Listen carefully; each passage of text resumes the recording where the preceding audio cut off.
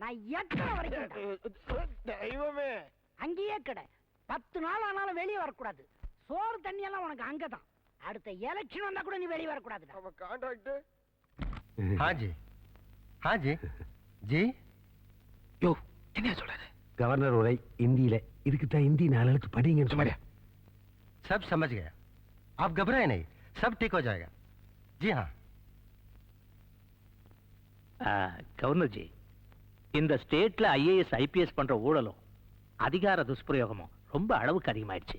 ஆனா கவர்னர்ஜி, ஜனங்க என்ன நினைக்கிறாங்கன்னா எங்க கட்சிக்காரர் தான் தப்பு பண்றதா நினைக்கிறாங்க.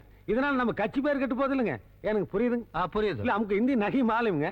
பரவாயில்ல, தமிழ்ல சொல்லுங்க. முடிஞ்சிருச்சு. கவர்னர்ஜி, இந்த ஃபைல்ல தப்பு பண்ண ஐஏஎஸ் ஐபிஎஸ் எல்லா ஃபைலுடைய லிஸ்ட் இருக்கு. அவங்கள சஸ்பெண்ட் பண்ணி நடவடிக்கை எடுக்கிறதுக்கு நீங்க ஒப்புதல் தரணும். இல்லன்னா நாட்டுல அராஜகம் ஜாஸ்தியா போயிடுங்க.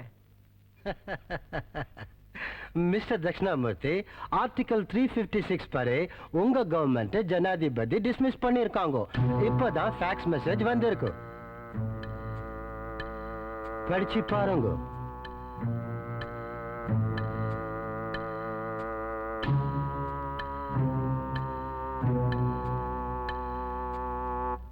வெல் மிஸ்டர் தட்சிணாமூர்த்தி, நீங்க கரப்ஷன் மட்டும் பண்ணியிருந்தா கூட பரவாயில்ல, குற்றத்தை குறைக்கும். பட் நீங்க கிரிமினல் ஆக்டிவிட்டீஸ்ல ஈடுபட்டிருக்கீங்க. வெல், நீங்க எல்லாம் உங்க பவரை யூஸ் பண்ணி கொலை பண்ணது சிபிஐ ப்ரூவ் பண்ணி இருக்குது. It's very well proved. இதையெல்லாம் நாங்க பண்ணோங்கிறதுக்கு என்ன என்ன ஆதாரம் இருக்கு கவர்னர்ஜி?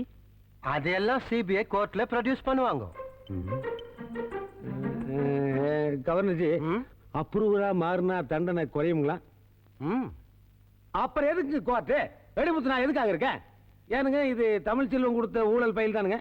எஸ். இதே மாதிரி 4-5 பயில் நம்ம வீட்டில் இருக்குதுங்க. இவர் சிஎம்ங்க 6 லெட்டர் பேர்ல கையெழுத்து போட்டுருக்காருங்க. அவர் வந்துங்க அவர் பிள்ளை தானுங்க நம்ம பையனை கட்டிக்குதுங்க. இவர் 12 லெட்டர் பேர்ல கையெழுத்து போட்டுருக்காருங்க. அப்பவே நான் சொன்னேனுங்க, தேதி போடாதீங்க மாட்டிக்கோன்னு. அவர் டைம் போறாருன்னு. இது கால்நடைங்க, இது ஒன்றும் பெருசா இல்லைங்க. ஆடு, மாடு, பிராய்லர் சிக்கன், எக்குங்க. யோ வெடிமுத்து, யோ எக்ஸியம் அதான் கலைச்சிட்டாங்களே, அப்புறம் என்ன சவுண்ட் விடுறேன்? இது பாருங்க, நீங்க பண்ண அயோக்கியத்தனங்களுக்கு எப்படி 10-20 வருஷம் உள்ள வச்சிருவானுங்க. நான் ஒருத்தனாவது அப்ரூவரா மாறணும்னா ஒரு 4-5 வருஷத்துல வெளியில வந்து கட்சியை காப்பாற்ற வேணாமா? நானே பொதுச் செயலாளர். கவர்னர்னா नेक्स्ट इलेक्शन में हमारा पार्टी 4 सीट अलायंस कंफर्म जी.